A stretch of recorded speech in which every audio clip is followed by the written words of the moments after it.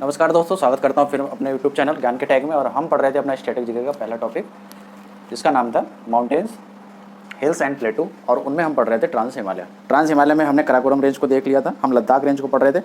और कल की वीडियो में हमने लद्दाख रेंज जो है उसके हमने कुछ इंपॉर्टेंट पासेज जो थे, जैसे चांगला पास, उमलिंगला और खरदुंगला पास, इनके बारे में कुछ जानकारी हमने ली थी। और आज हम कल की वीडियो में मैंने बताया था, आज हम लद्दाख रेंज की एक बहुत ही महत्वपूर्ण जो लेक है, काफ़ी ज़्यादा एग्जाम से पूछी जाती है, ठीक है, पेंगोंग सो, उसके बारे में आज हम थोड़ा सा देखेंगे। ठीक है, चलिए।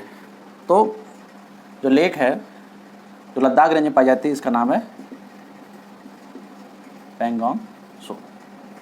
ठीक है, ये पेंगोंग सो, और ये कहाँ पाई जाती है? ये लद्दाख रेंज की लेक है। ठीक है, और लद्दाख रेंज जो है ये किसका पार्ट है? ये पार्ट है भाई ट्रांस हिमालय का, ये हम पहले ही देख चुके हैं।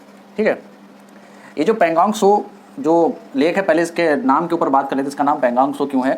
ये जो पेंगोंग सो लेक है, ये जो है इसकी एक्सटेंसिव कॉनकेविटी है। कॉनकेविटी का मतलब कि जो पेंगोंग से जो लेक है, इसका जो शेप है कैसा, ये कॉनकेव होता है। ठीक है, इस तरीके से अगर इस साइड से देखेंगे तो इसका शेप कैसा होता है? ऐसा। ठीक है, कॉनकेव शेप की है। ठीक है, अच्छा, क्योंकि ये लद्दाख रेंज में पाई जाती है, तो लद्दाख रेंज जो लद्दाख की जो लैंग्वेज होती है उसमें जो पेंगोंग जो नाम है, ये जो पेंगोंग है इसे लद्दाखी लैंग्वेज में बोलते हैं कॉनकेव। ठीक है, यानी कॉनकेव जो शेप है लद्दाखी भाषा में उसे पेंगोंग बोलते हैं। और ये सो जो है इसे लद्दाखी लैंग्वेज में क्या बोलते हैं? इसे बोलते हैं लेक, यानी कि झील। ठीक है, तो आपको समझ में आ गया। तो पेंगोंग सो जो लद्दाखी लैंग्वेज में इसका नाम पेंगोंग सो है। ठीक है, अच्छा, इसकी लोकेशन की बात करें तो ये इंडिया एंड चाइना बॉर्डर पे है। ये आपको साइड में मैप में दिख रहा होगा। ठीक है, और क्योंकि लद्दाख रेंज है तो काफ़ी हाइट पे, तो अगर इसकी हाइट की अगर बात करें तो ये जो हाइट है इसकी लगभग 4225 मीटर की हाइट पर ये लेक है। और इसकी जो लेंथ की अगर बात करें तो इसकी जो लेंथ है वो 134 किलोमीटर है, यानी कि 134 किलोमीटर क्या है, ये लंबी है। ठीक है, और पेंगोंग सो जो लेक है, ध्यान रखिएगा, पेंगोंग सो क्या है?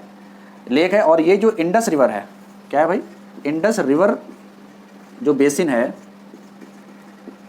ठीक है, उसका ये पार्ट नहीं है। ये काफ़ी एग्जाम में पूछा जाता है कि पेंगोंग सो लेक है वो क्या है, इंडस रिवर बेसिन का पार्ट है या नहीं। तो ये इंडस रिवर बेसिन का ये पार्ट जो है पेंगोंग सो, ये नहीं है। ठीक है, तो ये थोड़ा सा आपको ये इसका पता चला होगा। चलिए आगे बढ़ते हैं।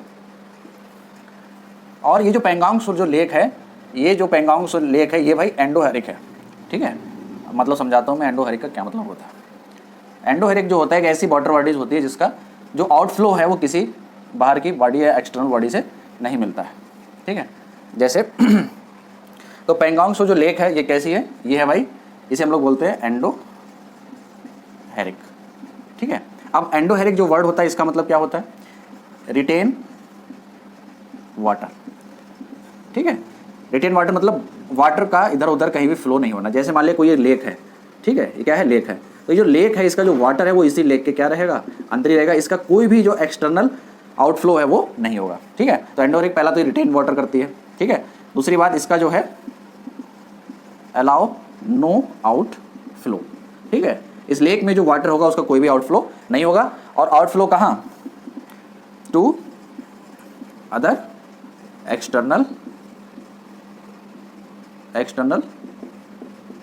Bodies of water. ठीक है, जैसे कई लेक हैं, झीलें, वो कहीं जाके मिल जाती है नदियों में, समुद्र में। तो ये पेंगोंग है, ये एंडोहेरिक है। ये किसी भी जो एक्सटर्नल वाटर बॉडीज है, एक्सटर्नल वाटर बॉडी जैसे हमारे क्या हो गए, जैसे हमारी रिवर्स, ठीक है, हमारे क्या हो गए? ओशियन। ठीक है, तो ये किसी भी रिवर या ओशियन से जाकर नहीं मिलती है। ठीक है, तो क्या है? एंडोहेरिक। और जो एंडोहेरिक है, एंडोहेरिक को इसलिए क्या हो जाता है? एंडोहेरिक जो है इसे हम लोग इनलैंड बॉडी ऑफ वाटर भी कहते हैं। ठीक है, इसका एक और नाम होता है जिसे हम लोग कहते हैं क्लोज्ड और टर्मिनल बेसिन। क्या कहते हैं? Terminal basin. ठीक है, और ये जो एंडोहेरिक है इसे हम लोग एक और नाम से जानते हैं, जैसे हम लोग बोलते हैं इंटरनल ड्रेनेज सिस्टम और बेसिन।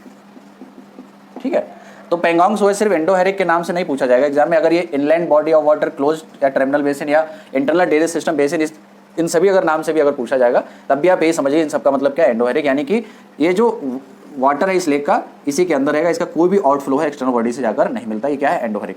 ठीक है, ये तो एंडोहेरिक हो गया। और इसी एंडोहेरिक के जस्ट अगर अपोजिट की बात करें तो इसका क्या होता है, एक्सोहेरिक। एक्सोहेरिक का मतलब क्या होता है भाई, ये अलाउ करती हैं किसका, आउटफ्लो, यानी कि ये जो एक्सोहेरिक लेक हैं उनमें से जो वाटर है वो आउटफ्लो हो सकता है एक्सटर्नल सोर्स को, रिवर्स या ओशियन को। ठीक है, ये हो गया। अच्छा, एक और वर्ड होता है, ठीक है, जिसे हम लोग कहते हैं क्रिप्टोरिक। ठीक है, ये क्रिप्टोरिक, इसमें क्या होता है, ये जो सब सरफेस होता है, सब सरफेस वो अलाउ करता है आउटफ्लो, यानी कि थोड़ा बड़ा पानी इसमें से बाहर निकल सकता है। ठीक है, तो ये पेंगोंग जो है वो एंडोहेरिक है, ये आपको समझ में यहाँ पर आ गया होगा।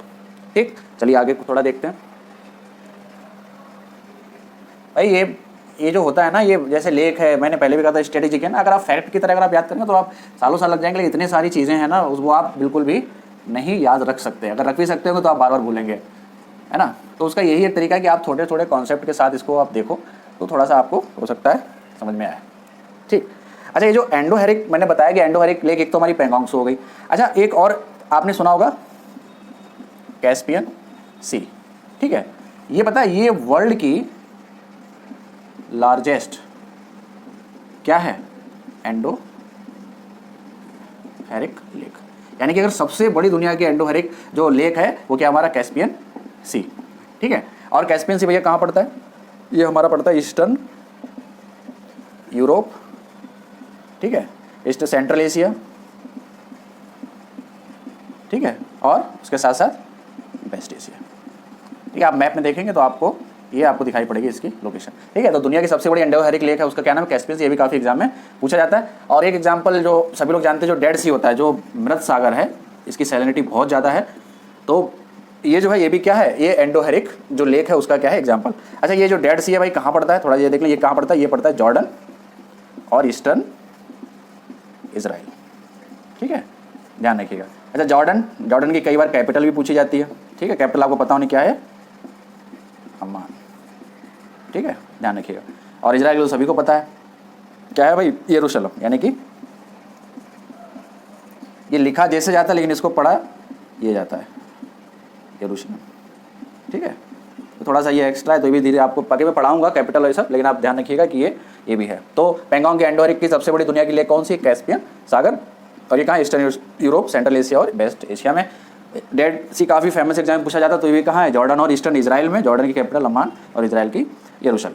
ठीक है, चलिए आगे बढ़ते हैं। अच्छा, ये डेड सी बहुत ज़्यादा सैलिनिटी है, बहुत ज़्यादा इसमें लवणता पाई जाती है, इसलिए इसमें अगर सर्वाइव इसका पानी जो है एकदम पीने योग्य नहीं है।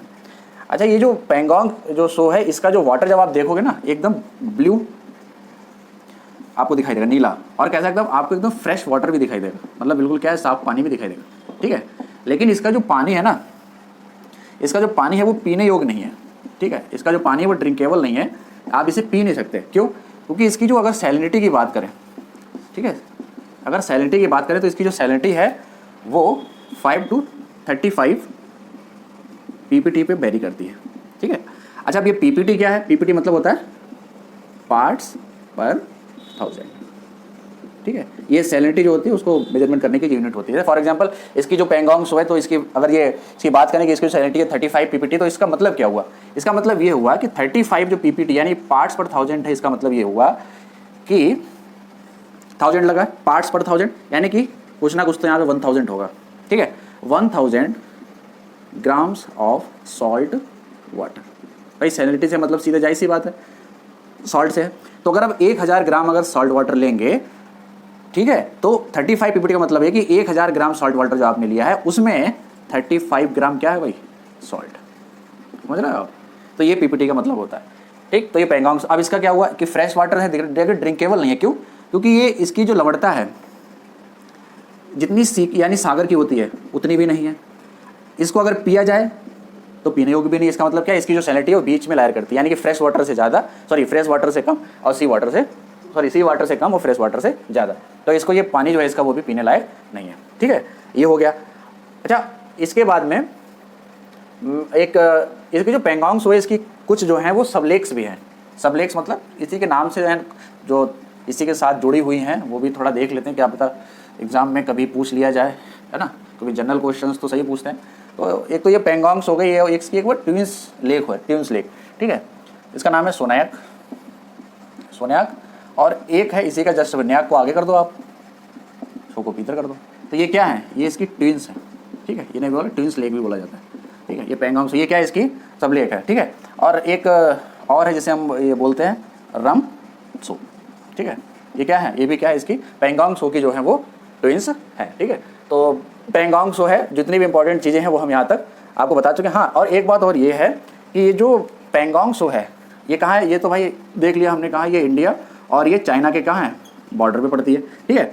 अच्छा, ये चाइना के पास है ना ये पेंगोंग सो, इसका 50% जो पार्ट है वो चाइना के पास है, इंडिया के पास क्या है 40%, ठीक है।